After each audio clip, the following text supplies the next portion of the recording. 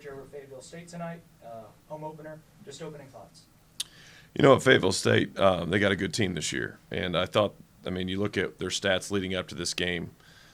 Fayetteville State hadn't really shot the ball well. They were only averaging about 4.5 threes a game. They decided to come out and double that and shoot 52% from three. So, I thought we did a good job fighting off their runs. They're kind of used to playing behind. I mean, you look at them beating Augusta. They were down like 12, I think, in that game and came back and won. So we've got a lot of things we got to clean up. I mean, as happy as I am, we got the victory.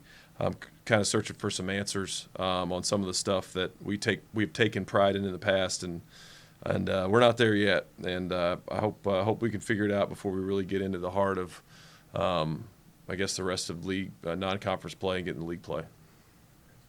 This game kind of followed a similar arc of what happened on Saturday, but then the result ended up being the opposite. So, what made the difference between Saturday and now, comparing those two games? I think at the very end we were able to get stops, and we have not done a good job of that, and we didn't do a good job of that in the second half. I mean, the percentages that Fayetteville State shot are obscene almost. So we were able to get a stop and a rebound, which I thought was clutch, even after a couple tough turnovers. I thought we actually, except for a flurry there in the second half, we took care of the ball as well as we have in a while.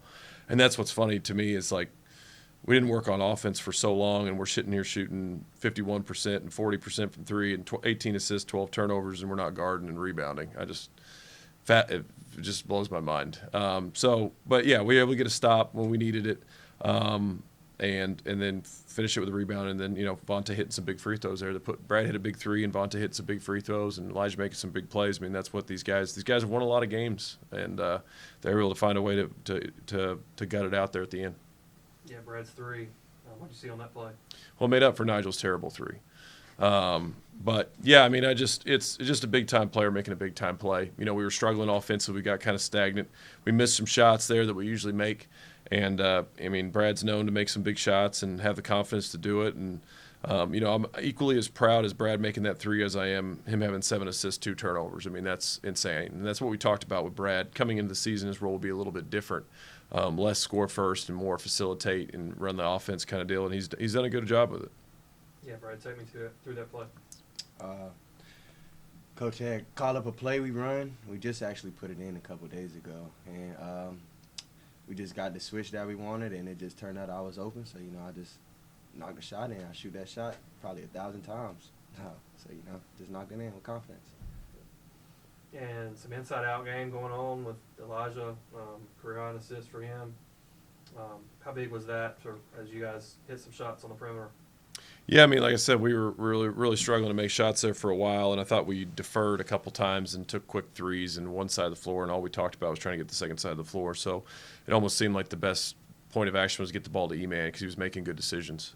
Usually he shoots a little bit higher percentage than what he did tonight, but 6 assists, 2 turnovers. I mean, the ball in his hand. I mean, we talked about that at the end of last year, watching the guy like Frank Champion at North Georgia and how the offense kind of gets the ball in his hands and kind of lets him make plays. And that's what I talked to E-Man about. Whenever we're struggling to handle the basketball, he makes really good decisions, and he was able to do that tonight. Same question for Elijah. Yeah, when I get it down there, I'm just looking to be patient, see what I can do, then just find shooters or whatever, cutters, whatever I can, just make the right play. That's what I'm known for. And as they did make a comeback there, hit several threes, how key will it be to defend the three better than you did tonight? Well, it was tough because the game plan was to allow them to shoot threes because they're such a good paint touch team. I mean, that's what Fletcher does at a high level. You look at their game against Augusta, they made 6 threes, and the majority of the ways they scored down the stretch was getting the ball in the paint. And so coming into a game when a team's shooting, I'm trying to think what they were shooting from three, it was sub 30%, I'm pretty sure, and they were only making 4.5. We really wanted them to shoot more threes than they're accustomed to.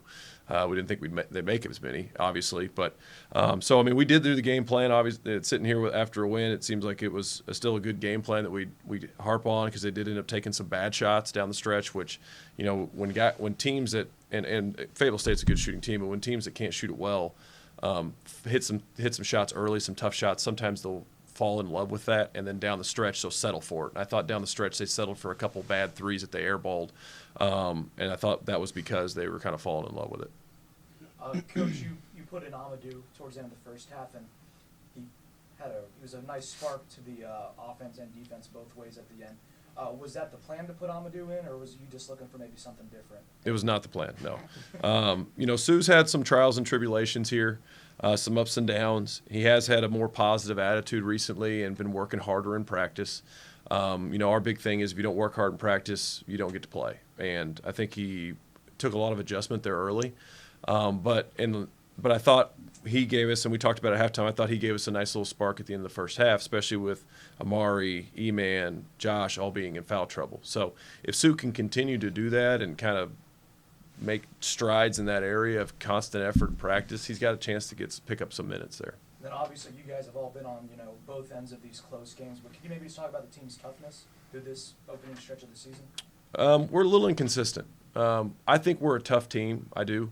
I think sometimes we don't show it, especially right now in the second half. I mean, the absurdity that teams are shooting, I think they were shooting 56% in the second half in our losses. And that's last year, if you look at the success we had, a lot of it was we did not great in the first half. We came out in the second half, and that was kind of our, kind of knife in the heart situation. So, it's an adjustment for me as a coach, and that's what we talked about in the locker room. I'm open for suggestions right now on how to get us a little more locked in the second half. And each team, it's funny having almost the same players, and now we have almost a different dynamic on first half and second half. It's mind-boggling, but that's the big step for us. Right now we are a top 10 team in the country for 20 minutes, but we are a really bad team for the other 20.